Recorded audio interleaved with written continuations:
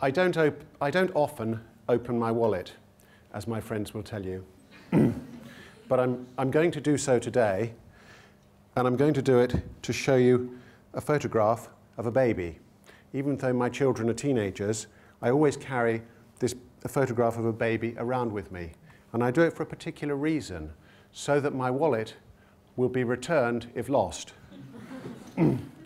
A serious researcher studying the psychology of why people help other people did an experiment where he decided to leave hundreds of wallets randomly on the floor, on the pavement, around the city of Edinburgh. The wallets were identical and they all had a return address in them. And what he did was he put in a quarter of them he had a photograph of a family pet, a quarter of them he had a happy family, a quarter he had an older, happy-looking couple, and in a quarter of them he had a picture of a baby. And the results were quite remarkable. What he found was you have 3 times as much chance of having your wallet returned to you if you have a picture of a baby in it as you do having a picture of a happy couple. Scientists have wondered why this result should be the case, and it seems to be that we're responding at some emotional level. We're hardwired to try to protect the next generation, and that will make a stranger go out of their way to return your wallet.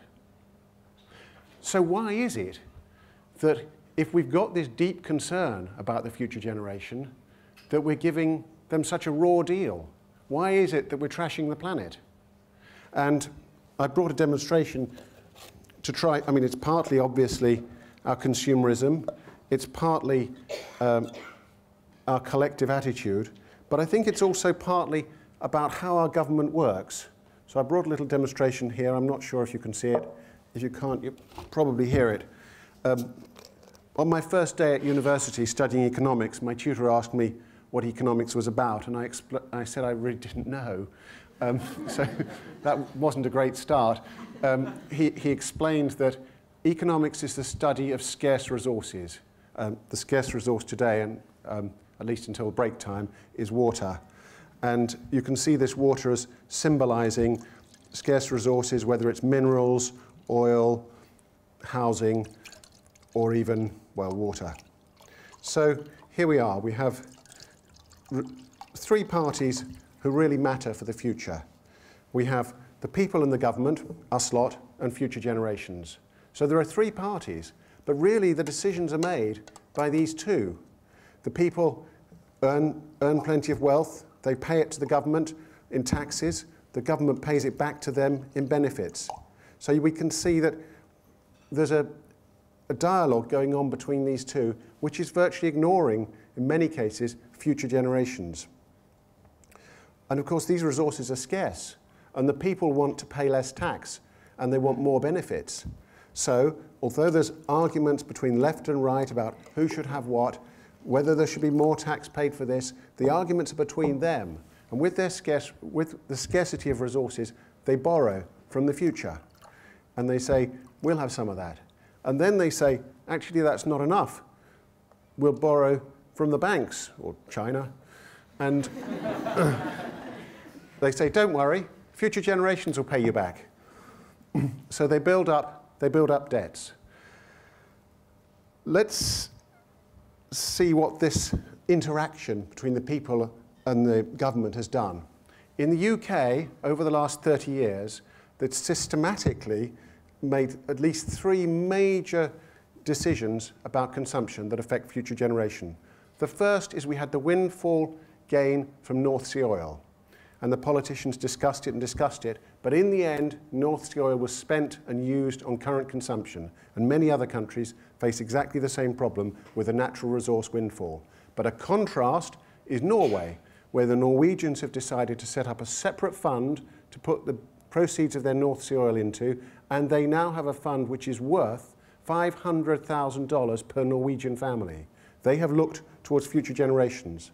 The second thing that the people in the government have had to do over the last 30 years is they've had to decide what to do about privatization. Now, the politics of left and right has meant that the discussion has been, should we privatize, shouldn't we privatize? But the really important politics is the intergenerational politics, which is quite separate from left-right politics and much more above it. And there, the important question is, what should be done with the proceeds of privatisation? The government used to own vast swathes of British industry. So it sold it off, and it did decide what to do with it. It spent it on current consumption, leaving the future generations without. And the third area in which this battle between the politicians of left and right has left out the future generations is in borrowing. My next exhibit.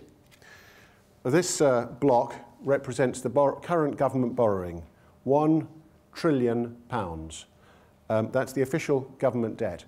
These are big numbers, hard to get your head round. I'm sure you're probably all more familiar with big numbers than me. But £1 trillion is a 1 followed by 12 zeros. Let's try and put it in terms that we can get our heads around. For each household, that represents borrowing of £38,000 that the government has left the future generations to pay off. So that, and the problem with that is what limits their borrowing. Is it what it's fair to leave future generations? No. We know from the crises that we've been seeing in the newspapers and following in Greece that the only thing that's limiting their borrowing is what the markets will let them get away with. That's not a sensible basis on which to decide what to lump the future generations with. But actually, that's only the official borrowing. We've also got a commitment to pay retired and working civil servants for the government, government pensions, which is unfunded, almost all unfunded, which means that that has to be paid by future generations. And amazingly, that adds to another £1 trillion of debt. And that's only the government employee pensions. There is also a commitment to pay the state pension, which in terms of accrued benefits already adds to another £2 trillion. And that's not the whole of it, because there's another 250 billion, that's a quarter of one of these blocks, of debt built up through the private finance initiative. That means if you see a new school that's been built, it's very often been, usually in fact nowadays, being built on the basis that it will be paid for later on.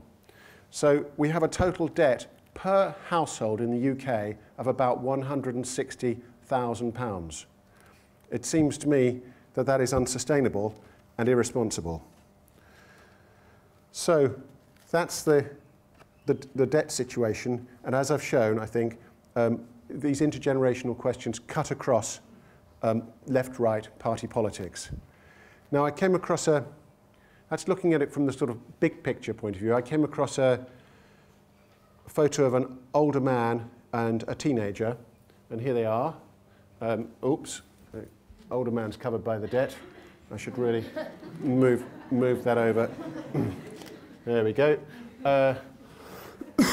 Excuse me, sorry. Oh dear, water. I'll take something from the future generations as well.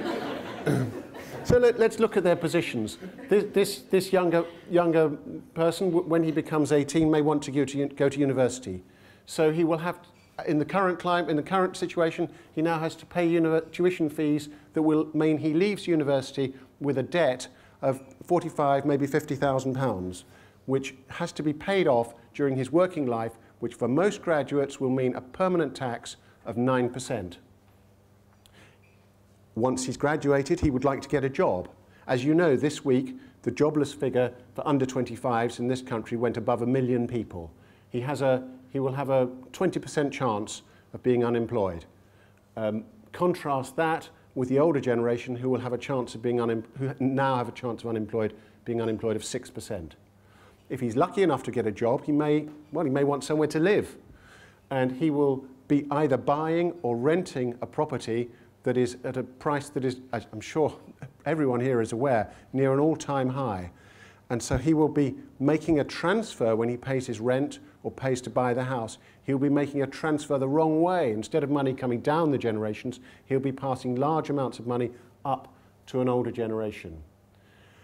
And finally, if he has anything to save, he will try to save, and I doubt if he will be trying to save for a pension and will probably end up with what you might call a subsistence pension. Let's contrast that with the position of the older person. The older person had his education free, as I did, completely free.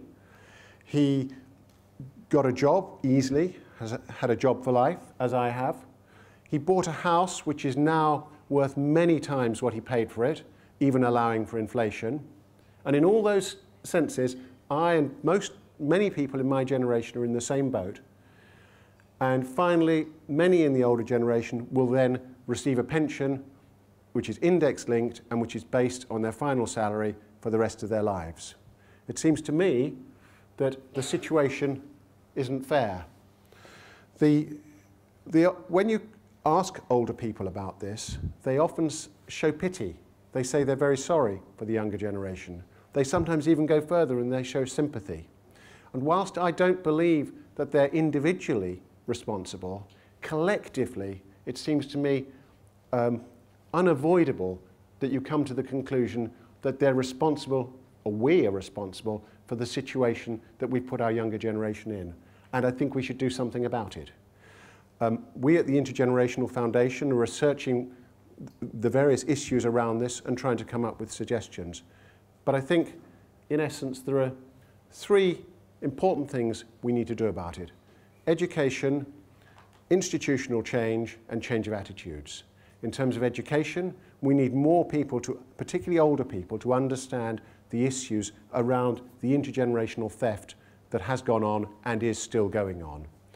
In terms of institutional change, of course, what we would like is to have embedded into the way that government works, have embedded a system that protects younger generations. And one way that we've proposed and we're promoting is that each piece of new law or each piece of taxation should be assessed in terms of its intergenerational impact.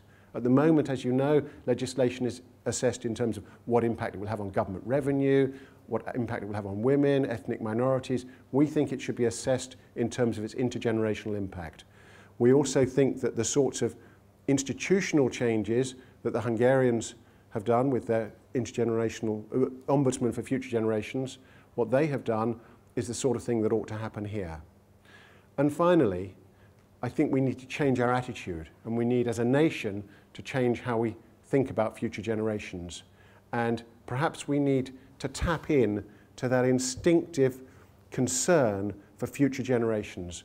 We need to get down to that sort of hardwired effect. And perhaps I can encourage you all, whether you have children or not, whether you have young children or not, to carry a photo of a baby in your wallet. Thank you.